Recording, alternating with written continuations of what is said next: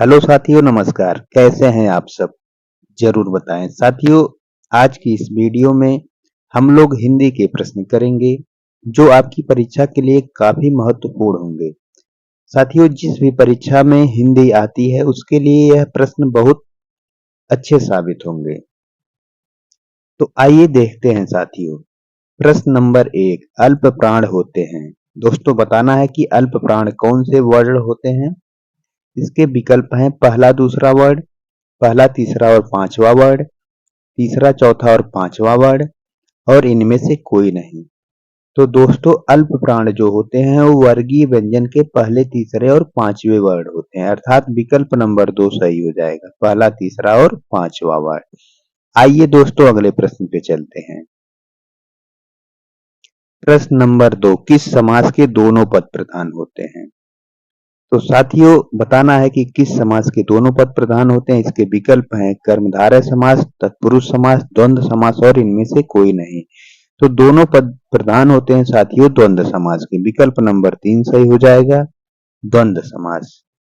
आइए अगले प्रश्न पे चलते हैं। प्रश्न नंबर 3, गौशाला में कौन सा समास है। दोस्तों, बताना है कि गौशाला में कौन सा समास है। इसके विकल्प हैं कर्मधारय समास, तत्पुरुष समास, द्वंद्व समास और इनमें से कोई नहीं। तो दोस्तों, गौशाला में तत्पुरुष समास है, विकल्प नंबर 2 सही हो जाएगा, गाय के लिए शाला। अर्थात दोस्तों, इसमें संप्रदान तत्पुरुष है। आइए अगले प्रश्न पे चलते हैं। प्रश्न नंबर 4, क्रिया के मूल रूप को क्या कहते हैं। बताना है साथियों कि क्रिया के मूल रूप को क्या कहते हैं। इसके विकल्प हैं पद, धातु, रूप और इनमें से कोई नहीं। तो दोस्तों, क्रिया के मूल रूप को धातु कहते हैं, विकल्प नंबर 2 सही हो जाएगा, धातु। क्रिया के मूल रूप को धातु कहते हैं, याद रखिएगा साथियों। अगले प्रश्न पे चलते हैं। प्रश्न नंबर 5, राम सीता से पत्र लिखवाता है में कौन सी क्रिया है। तो इसके विकल्प हैं साथियों नाम धातु क्रिया, प्रेरणार्थक क्रिया, संयुक्त क्रिया और अकर्मक क्रिया। तो दोस्तों, जहां पे भी काम अपने ना करके किसी दूसरे से करवाया जाए वहां पे प्रेरणार्थक क्रिया होता है। तो इसका सही जवाब हो जाएगा विकल्प नंबर 2, प्रेरणार्थक क्रिया।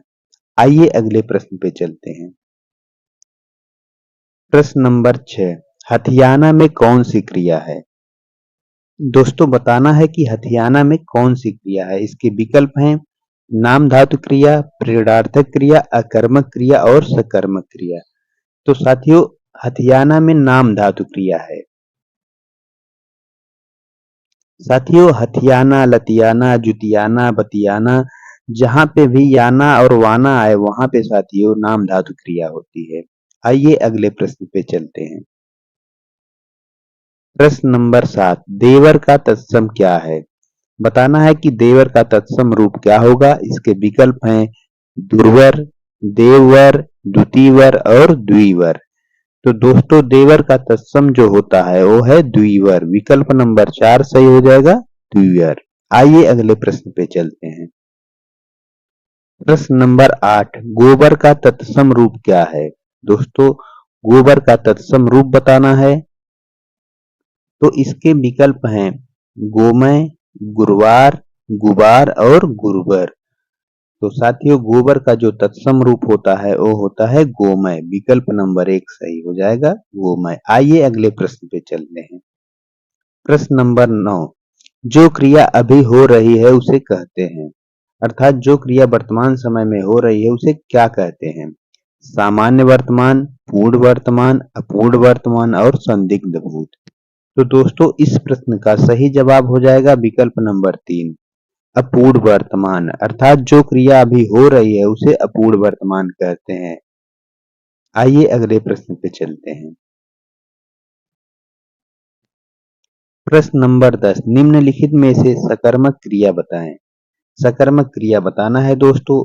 इसके विकल्प हैं चलना, सोना, मुस्कुराना और लिखना।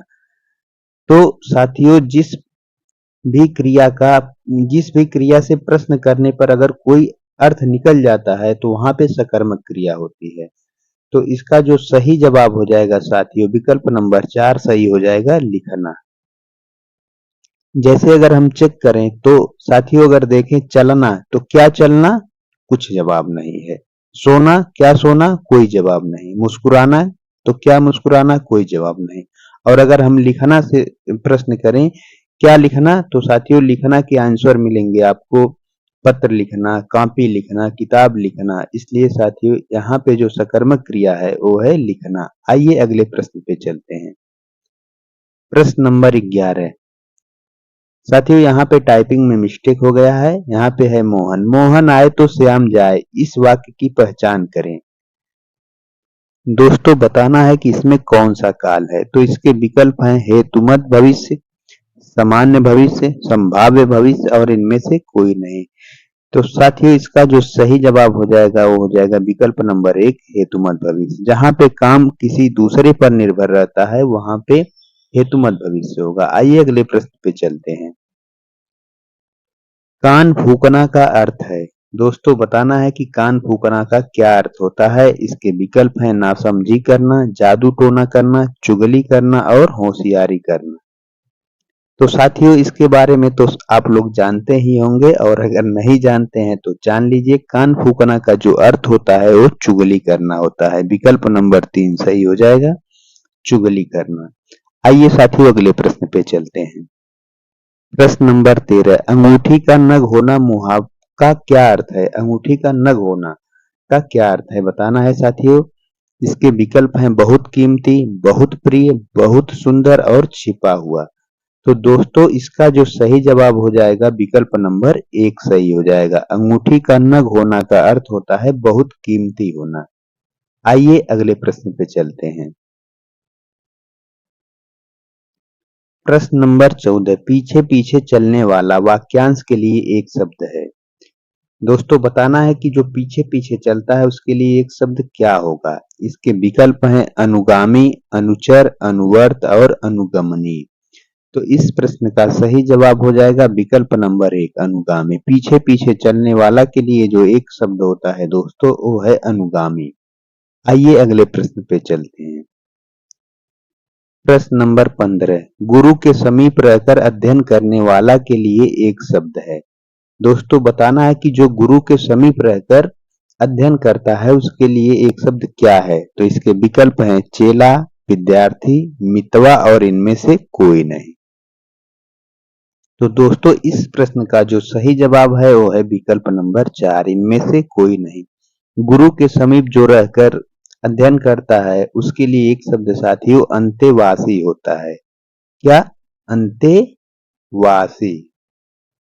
तो इसको आप लोग ध्यान रखिएगा साथियों। आइए अगले प्रश्न पे चलते हैं।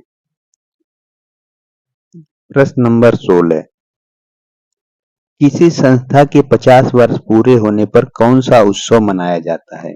दोस्तों अगर किसी